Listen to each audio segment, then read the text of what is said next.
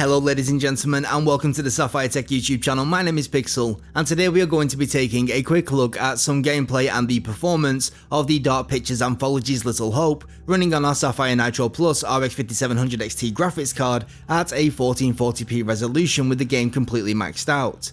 Now, since this is basically an interactive story, there is a strong argument to be made that performance should be deemed less important than the presentation, and to be honest, I have to say that I do agree with that statement. So, bearing that in mind, in this video we are going to be taking a look at the game running a few different ways.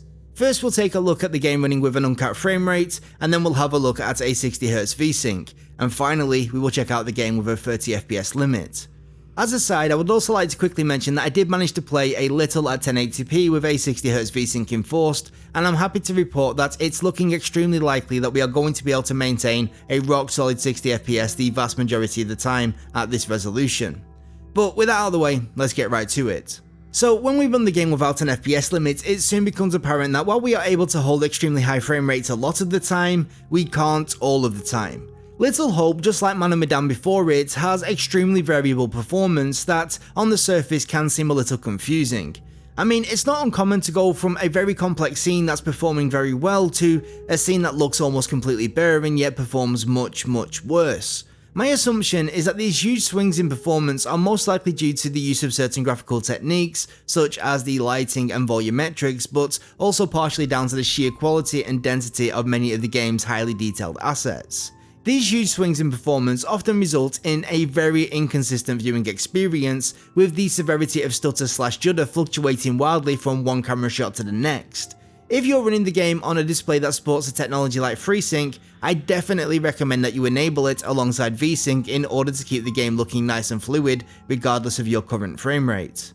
If you're not running a display that supports FreeSync, then a 60Hz VSync is most likely going to be your best bet.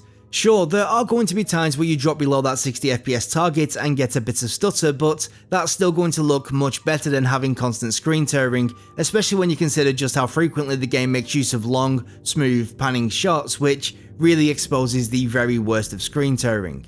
If you're running a high refresh rate monitor, you're going to want to set your refresh rate to 60Hz via your Windows display settings, as the game has no option for a half refresh rate VSync or even changing your refresh rate in game. Obviously, this is an inconvenience, but I do believe that the payoff visually is more than worth the effort required.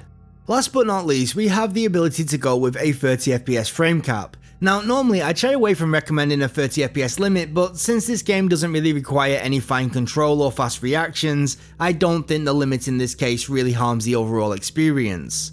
That said, I would definitely recommend that you manually cap your FPS using a third-party tool such as Rivertuner Statistics Server, as the game's own 30fps mode does appear to suffer from irregular frame pacing, which is far from ideal. Now, if you are wondering why we don't try to optimize towards certain frame rate targets by lowering some of our in-game settings, it's simply because in my testing the individual settings don't really offer any substantial performance gains. Resolution is by far the setting that impacts performance the most, and as I've already mentioned, at 1080p performance is solid. In conclusion, if you're running either a 1080p or a 1440p FreeSync compatible monitor, regardless of refresh rate, simply enabling FreeSync alongside VSync is most likely going to offer you the very best possible experience. If not, I'd recommend going with either a 60Hz VSync or a 60Hz VSync alongside a 30fps limit. The setups that I definitely not recommend is anything which is going to result in screen tearing. But with that said, that is once again going to be me done for today, so thank you so much for watching. If you are new around here, please do consider slapping that subscribe button and dinging that bell so you'll be notified of our future uploads. You can leave any questions, suggestions or feedback down in the comment section below, and as always, a like would always be very much appreciated. For now though, from myself and everybody here at the Sapphire Tech YouTube channel, thank you so much for watching, and until next time, we will catch you later, bye bye.